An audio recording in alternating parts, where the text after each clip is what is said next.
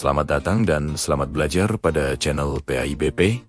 Simak dengan tenang dan siapkan alat tulisnya ya. Nama lengkapnya adalah Rifa'ah Baidawi Rafiat At-Tahtawi. Nama panggilannya adalah At-Tahtawi.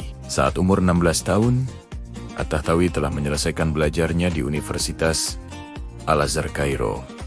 Setelah itu, At-Tahtawi melanjutkan pendidikan masternya di Egyptian Army Mesir.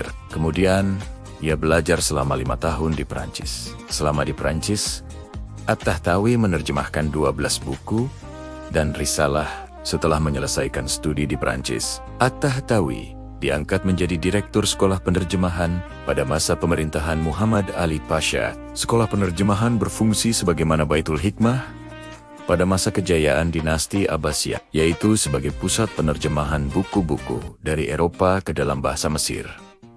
At-Tahtawi berhasil menerjemahkan sekitar 20 buku berbahasa Prancis dan mengedit puluhan karya terjemahan lainnya. Pokok-pokok pemikiran At-Tahtawi dibagi menjadi beberapa bidang, yaitu bidang pendidikan meliputi 2 hal, yaitu pendidikan harus universal dan emansipasi wanita. Pendidikan adalah hak semua golongan, baik laki-laki maupun perempuan, tanpa membedakan status ataupun jenis kelamin. Pemikiran ini memiliki 2 dampak, yaitu pemerataan pendidikan dan emansipasi wanita. Selain itu, pendidikan tidak hanya mengajarkan ilmu pengetahuan, tetapi juga membentuk kepribadian dan menanamkan sikap rasa cinta terhadap bangsa. Bidang ekonomi, yaitu orang Mesir dahulu terkenal kaya lantaran tergantung pada tanah yang subur. Oleh karena itu, perlu melakukan perbaikan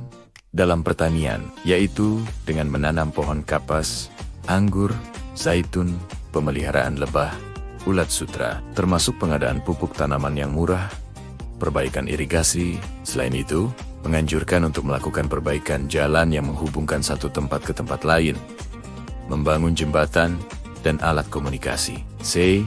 Bidang kesejahteraan. At-Tahtawi berpandangan bahwa kesejahteraan masyarakat atau negara dapat tercapai dengan 2 jalan, yaitu berpegang teguh pada ajaran agama Islam dan berbudi pekerti yang baik, sehingga mampu melahirkan generasi yang memajukan perekonomian. D. Bidang pemerintahan. Menurutnya, contoh pemerintahan yang paling ideal adalah pemerintahan pada masa Rasulullah SAW dan para sahabat. Pemerintahan harus dijalankan dengan adil, berdasarkan undang-undang. At-Tahtawi berpendapat bahwa untuk kelancaran pelaksanaan undang-undang tersebut, setidaknya harus ada 3 badan yang terpisah, yaitu legislatif, eksekutif, dan yudikatif. Dalam cinta tanah air atau patriotisme, At-Tahtawi berpandangan bahwa tanah air adalah tanah tumpah darah seseorang, bukan seluruh dunia Islam.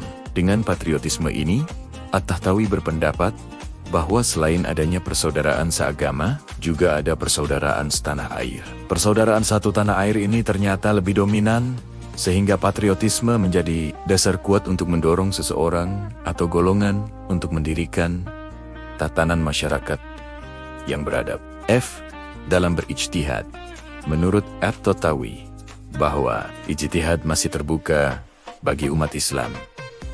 Ijtihad harus dilakukan oleh para ulama yang memenuhi syarat. Konsep ijtihadnya ditulis dalam kitabnya Al-Qawl Al-Sadid fi Al-Ijtihad wa Taqlid. Bidang sains modern.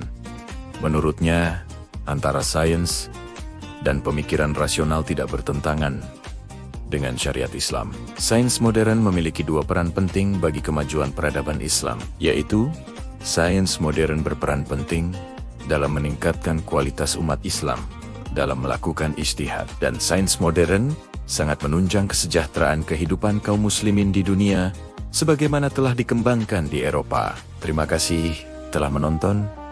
Mari berdiskusi bersama teman dan guru. Jangan lupa like dan subscribe.